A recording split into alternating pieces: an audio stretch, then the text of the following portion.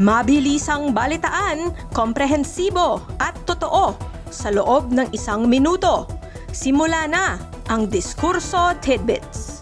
Motibo ni Imee Marcos, patalsikin si PBBM para palitan ng Team Itim.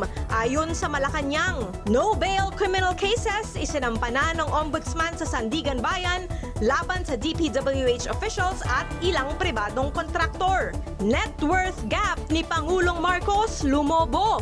Tanong ngayon ng publiko, alin ang totoo? Orly Guteza, puwersahang pinabawi ang salaysay ayon kay Mike Defensor. Pasa sa katawan pero foul play hindi pa kumpirmado sa biglaang pagpanaw ni Gina Lima.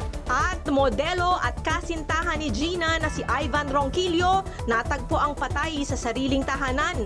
Nag-suicide nga ba? Litang mabilis, komprehensibo at totoo. Yan ang Diskurso Tidbits.